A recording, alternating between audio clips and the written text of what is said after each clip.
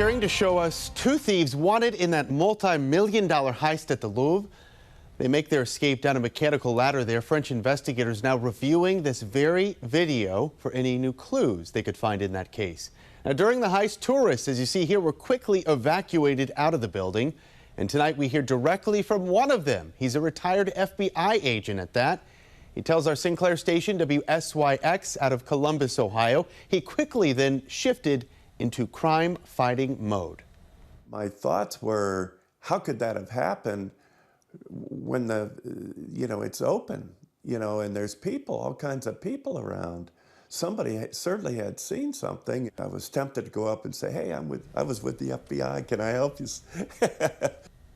French officials have yet to name any one of the suspects from this case, but of course the investigation continues tonight.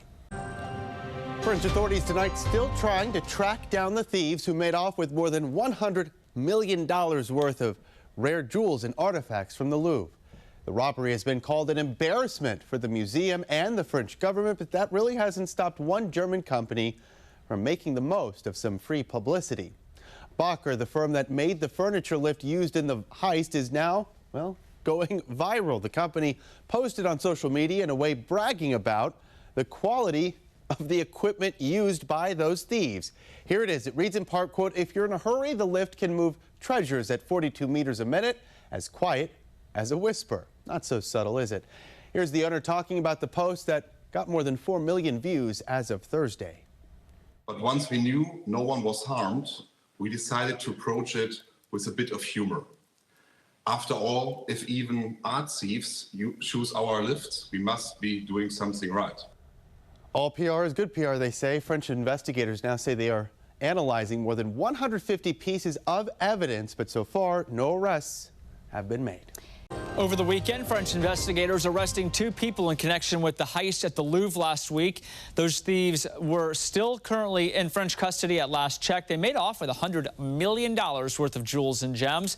Here's what we know right now about those in custody, both men in their 30s. One of the suspects was trying to leave on a flight out of France, headed for Algeria. The other was identified through traces of DNA found at the scene. It's not known if the suspect still had the jewels or not.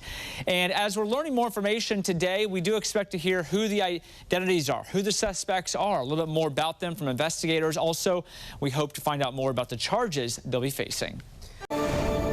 French officials have confirmed that 2 suspects have been arrested in connection with last weekend's jewel heist at the Louvre, but authorities say they haven't recovered any of the stolen items. Here's ABC's Tom Soufi-Burridge with the latest from Paris.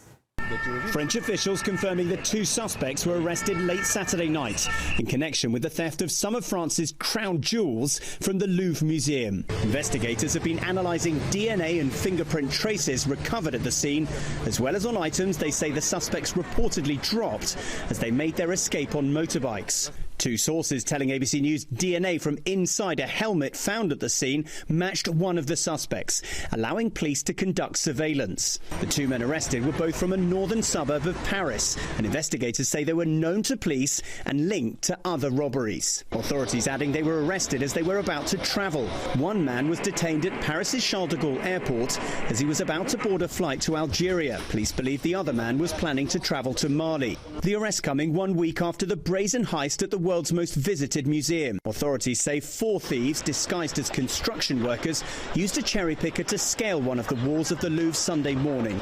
The gang entering the museum after cutting a hole in a window.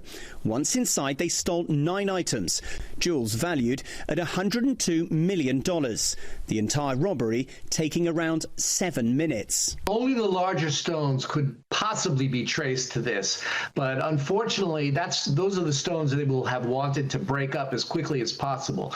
The many smaller stones are virtually untraceable to this collection. The suspects are now being questioned at the headquarters of the Judicial Police in Paris, which deals with organised and serious crime. Tom Soufi-Burridge, ABC News, Paris.